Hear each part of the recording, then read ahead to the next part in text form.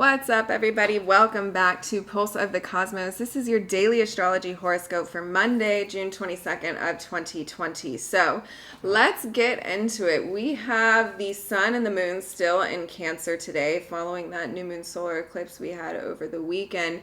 The energy can bring up some deeper emotions, especially now with the sun in Cancer. We've moved our awareness from more of what's stimulating, what's connecting to us in our immediate environment, and what's going on there, to now we're looking much more inwards in Cancer. We're looking at our emotional world. We're looking at our inner world, our foundations. We're looking at our home life.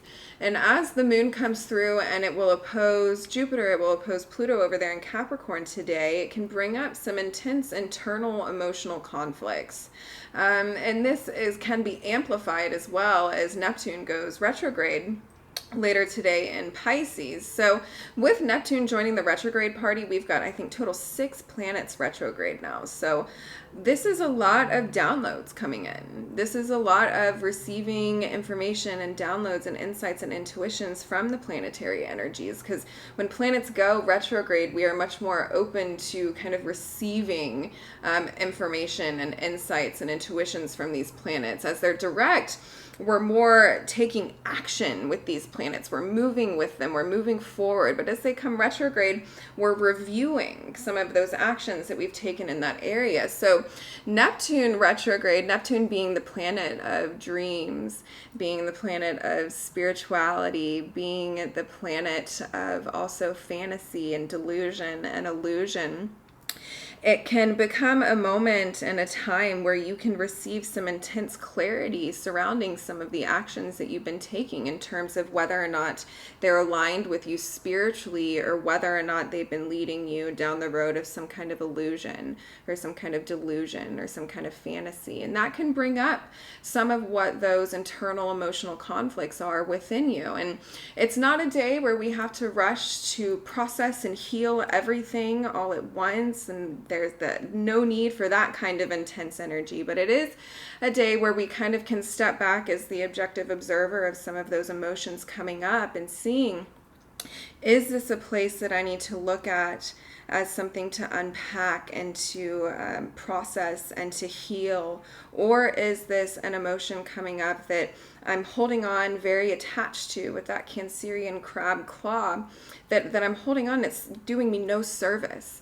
It's only hurting me. It's an emotional situation. It's a relationship. It's something going on in my life, whatever it is that's revealing itself to you. But there could be something that you're refusing to let go of in your life that's keeping you from moving into a place that's ultimately a place of more emotional security and a place of more emotional comfort and a place with a more stable home life, or whatever that looks like to you. There are some resets and some redirects and some mass changes going on in a lot of our lives in that area right now. So it's important not to get too lost in the intensity of the emotions and not to get too wrapped up into wanting to hold on to certain things, but to listen to some of the spiritual guidance being divinely handed to you, especially as Neptune is going retrograde and we're able to see. And it's okay. And I want everybody to remember, if things come up, it's not an end-all be-all of your emotional world and your emotional stability. If you're having things come up where you're like, I've been making some wrong decisions here, and there's no need to beat yourself up with guilt. There's no need to rack yourself up with shame. Look at the areas of your life that you can have appreciation for and gratitude for, and areas of your life where you can maybe practice a little bit of self-care with yourself and nurture yourself emotionally, and look to focus on those kinds of things so that the universe can match that experience with you and your external reality, and not get too lost in focusing on some of the negative emotions coming up. So let's see here. Let's pull a